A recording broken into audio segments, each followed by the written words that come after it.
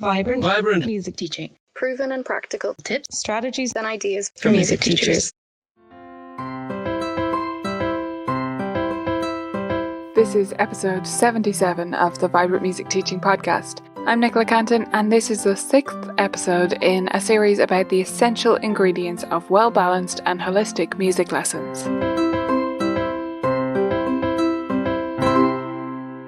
Welcome back, lovely teachers. As I mentioned, this is the 6th episode in a 7-part series about what the essential ingredients are of holistic music lessons, what these different categories are that we need to be including in our music lessons.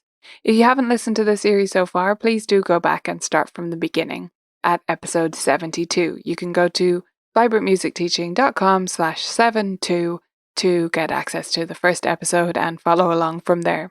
This is the 6th and penultimate episode in this series, and we're going to be exploring our last essential music lesson ingredient, as far as I see it, today, and then next week we're going to be tying it all together and talking about how we can piece the pieces into one beautiful music lesson experience without completely losing our heads as music teachers.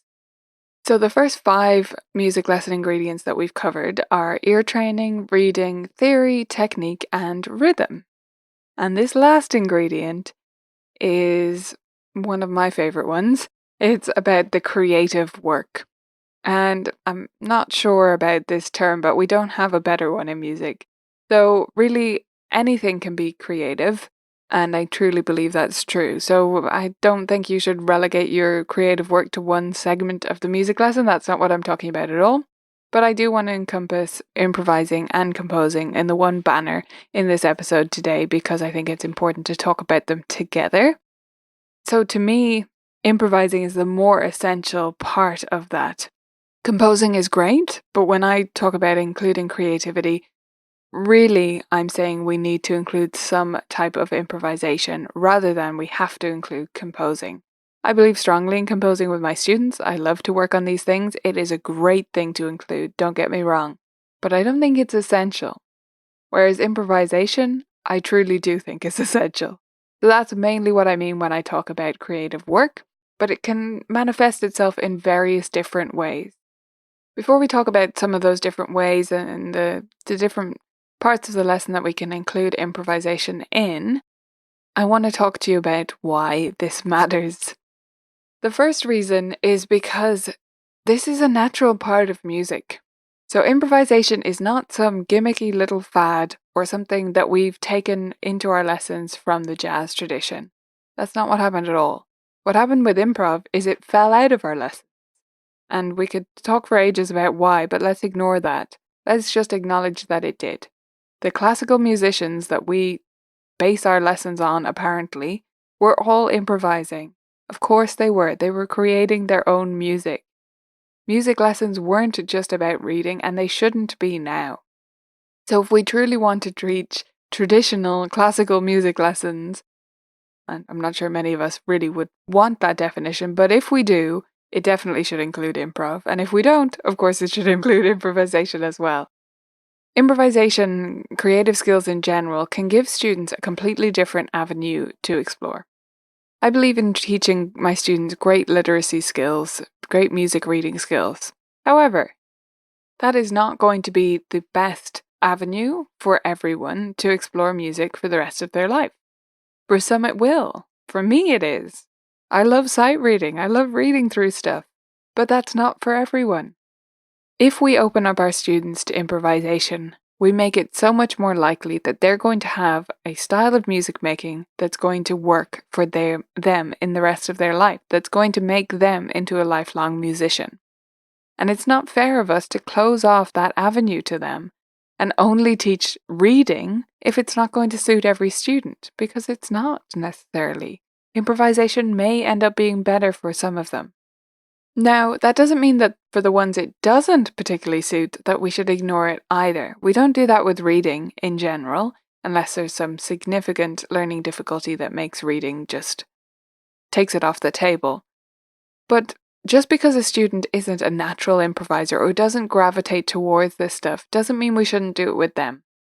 To a certain extent. I'm not going to push any student into doing loads of improvising when they're just not comfortable with it, and definitely not into one particular category or style of improvisation. But for students who are a little bit perfectionist in their tendency, I actually think improv can be really great for them too. Generally in life, if I may be so grand. By learning to improvise and to create your own music in whatever way, or to adapt music to your own style, you're learning that there isn't one right answer when it comes to music, because there isn't. And as much as we can say that, really experiencing it is a whole other thing, and it's great for curing or just working with students who are perfectionists. Improvisation can also teach you a huge amount of stuff. In fact, it can help to teach all of the other essential ingredients that we've talked about so far. By improvising, you can learn a great deal about theory, music theory, and how it functions. You can then apply that to your reading work and to your reading of rhythms and understanding rhythm patterns and to feeling the beat and all of that stuff that we talked about in the last episode. Improvisation can also help you to explore technique in a different way. By improvising with things, by taking away the page in front of you, you're able to explore the way you use your body in a different way that you just can't do when you're concentrating on reading, especially if the reading is challenging, right?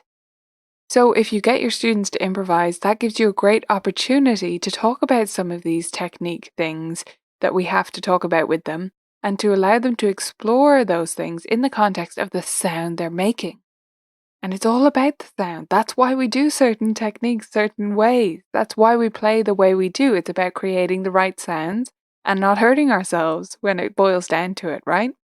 So if they're improvising, they have this opportunity to explore those movements without concentrating on a whole bunch of other stuff at the same time.